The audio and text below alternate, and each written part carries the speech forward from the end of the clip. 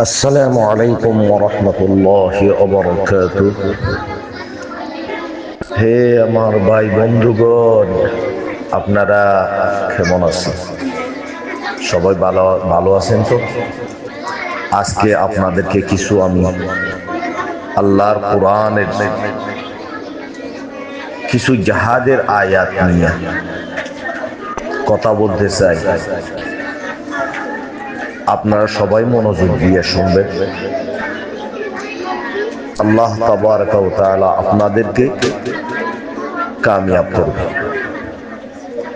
পৃথিবীর বুকেতে আপনাদের প্রয়োজন, যারা আল্লাহর দ্বীনের সন্তুষ্টির জন্য লড়বেন মরবেন, তাদের জন্য সুসংবাদ দিয়েছে আল্লাহ তাআলা।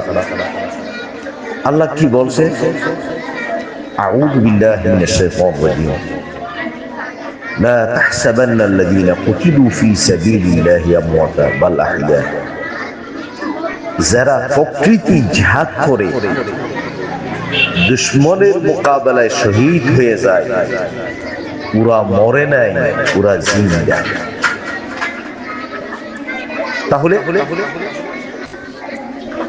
আল্লাহ নবীর সম্বন্ধে কি বলছে? ইন্নাকা মাইয়িতুন ফাইন্নাহুম মাইয়িতুন। এ নবী, তুমিও মরে যাবেন, তুমিও মরবা। অথচ তোমার পূর্বপুরুষ যারা ছিল, যারা নবী ছিল, আলোল এলান আল্লাহ কোরআনে বলে দিয়েছে, নবীরেও মৃত্যুবরণ করছে। হে নবী মুহাম্মদ, তুমিও মৃত্যুবরণ করবেন। কিন্তু শহীদদেরকে মৃত্যুর কথা বলে নেই আপনি। আল্লাহ, শহীদরা মরে নাই, শহীদরা জিন্দা। তাহলে আপনারা এই পৃথিবীর বুকের উপরে থাকে আপনারা মরার মতো জিন্দা আছেন ঠিকই, কিন্তু এই জিন্দার জীবিতর যে স্বাদ আছে, এই স্বাদ এই রোহিঙ্গারা কিছুই পাচ্ছে না। কেন না? কোন সরকারের রোহিঙ্গাদের দায়িত্ব নাই, কোন সরকারি দায়িত্ব নাই।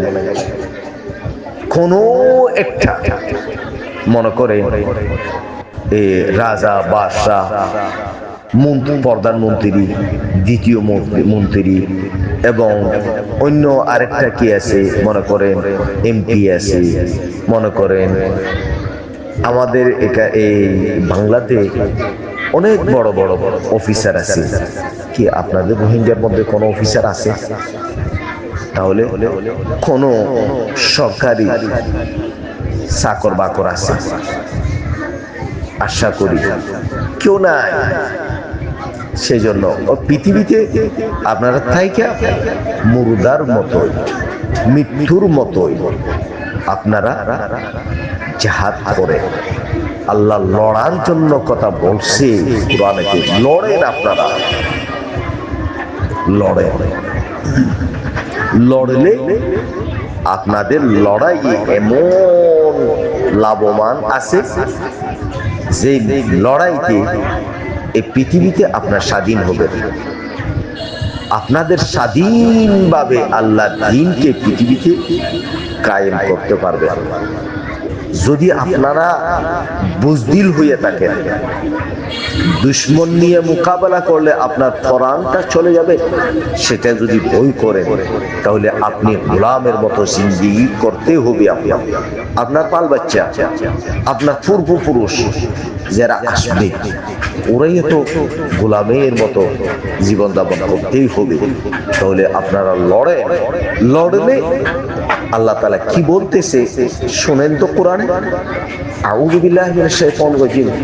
আল্লাযীনা ইউনফিকুনা আমওয়ালাহুম ফী সাবিলিল্লাহ কামাতালি হাববাতিন আনবাতাত সাবআ সানাবিলা ফী কুল্লি সুম্বুলাতিন মিআতু হাব্বা ওয়াল্লাহু ইউদাঈফু লিমান ইয়াশা ওয়াল্লাহু ওয়াসিউন আলীম। আল্লাহ কোরআনে পাকের 3 পারা 3 পৃষ্ঠাতে বলতেছে, আল্লাযীনা ইউনফিকুনা আমওয়ালাহুম ফী সাবিলিল্লাহ।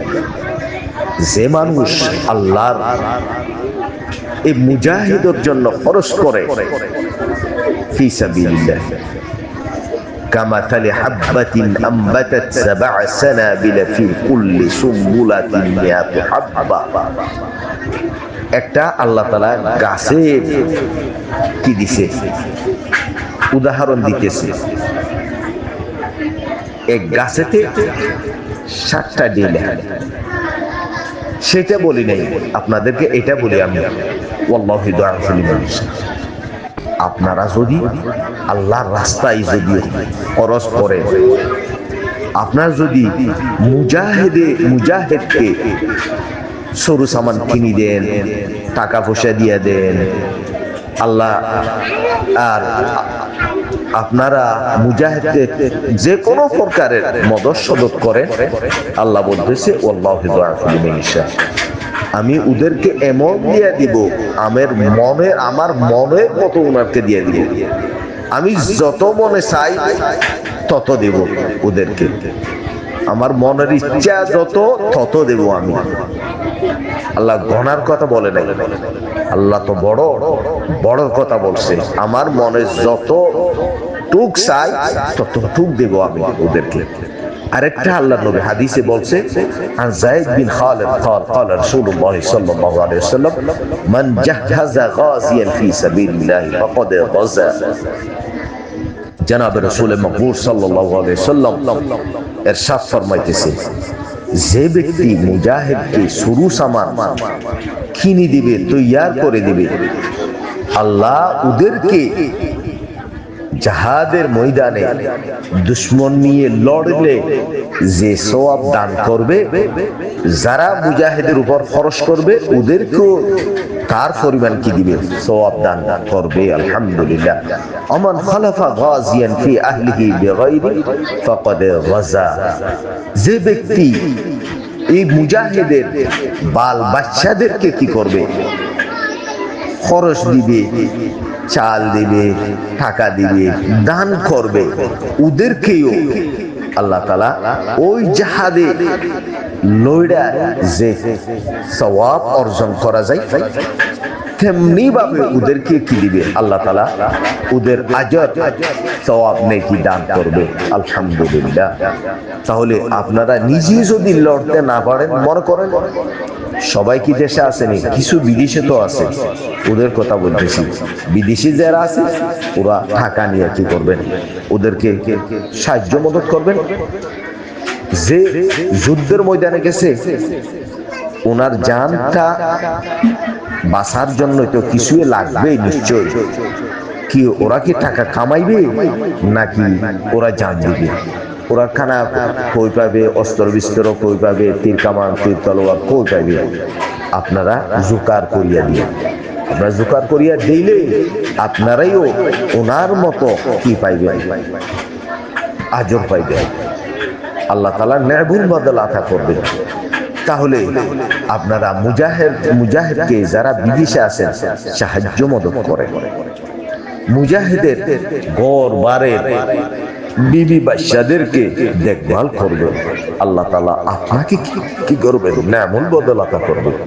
তাহলে আমি যে কথা বলতেছি সেটা আমার কথা নয়, আল্লাহ কোরআনের কথা, আল্লাহ নবীর হাদিসের কথা।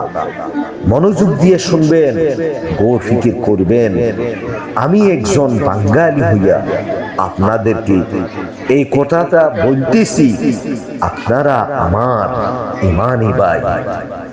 আমাদের যে মুজাহিদ আছে ওনার জন্য দোয়া করবেন।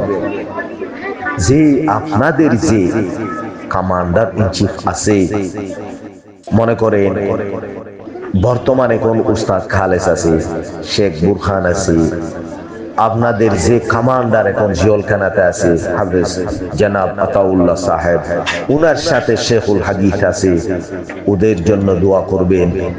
আল্লাহ তাআলা যেন ওদেরকে আবার নিজের বন্ধু বান্ধব কাছে, নিজের সাথীর কাছে আনি দিন।